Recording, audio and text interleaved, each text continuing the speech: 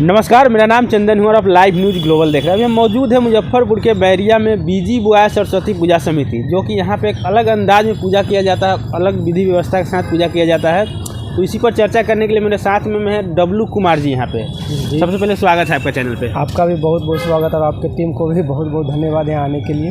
बीजी बुआया सरस्वती पूजा समिति कितने सालों से ये पूजा होते आ रहा है यहाँ पे? ये लगभग पिछले कई वर्षों से पूजा होते आ रही है और हर साल यहाँ एक अलग अलग थीम के माध्यम से लोगों को जागरूकता फैलाने के लिए एक अलग अलग थीम दिखाया जाता है यहाँ पे। और देखा जाता है कि बहुत अलग तरीके से यहाँ पूजा किया जाता है। वो तो है। और बहुत बड़ी प्रतिमा यहाँ पे समझिए स्थापित किया जाता है।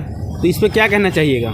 इस पर यही कहना चाहेंगे कि यहाँ का जो प्रतिमा है लगभग आप देख सकते हैं 17 से 18 कैमरामैन से प्रतिमा यहाँ पे दिखाने का, इधर दिखाइएगा। और पर्यावरण पे जागरूकता अभियान चलाने के लिए जिस तरह से यहाँ पे थीम देखा जा रहा है, बनाया गया है, अभी तो फिलहाल चल ही रहा है तैयारी।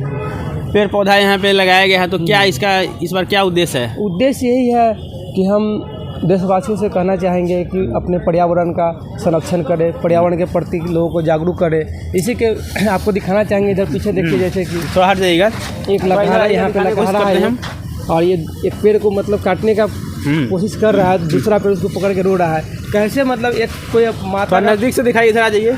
कोई अपने माता को अगर कोई कष्ट करता है तो उसका बेटा को दर्द होता है, उसी तरीके से देखिए मूर्ति मतलब आपको साफ साफ देखने को मिलेगा इसमें किस तरीके से दर्शाया गया है इसको यहाँ पे। और इस बार जो पूजा में कुछ क्या कोई आने वाला है, कलाकार भी यहाँ पे आ रहे हैं क्या? एक कलाकार है अमित परिमल जी। अमित परिमल, हाँ, वो 2 तारीख को यहाँ पे आ रहे हैं। तो क्या कुछ यहाँ पे नया होने वाला है इस बार? नया कि आपको यहाँ पर पूरे मुजफ्फरपुर में सबसे अलग तरीके से आपको सरस्वती पूजा देखने को मिलेगा यहाँ पे। इतने बड़े लेवल पे सरस्वती पूजा यहाँ पे किया जाता है और बहुत सारे भीड़ यहाँ पे इकट्ठा होता है। तो इसके लिए सेक्रेटरी को लेकर क्या कुछ नहीं, यहाँ पे प्रशासन खुद मुहैया कराते हैं, वॉलंटियर रहते हैं, तो इस वजह से कोई परेशानी नहीं है। उसके बाद बावजूद CCTV कैमरे की निगरानी में सब रखा जाता है, तो इसको लेकर कोई परेशानी नहीं। बगल में यहाँ पे रोड है और बहुत आवागमन तेज रहता है यहाँ पे, तो उसके लिए हमारे वॉलंटियर है, अय्यापुर थाना का जो प्रशासन है वो हमारी मदद करते हैं। इस वजह से कोई परेशानी अभी तक हुई नहीं, ना आगे कभी होगी।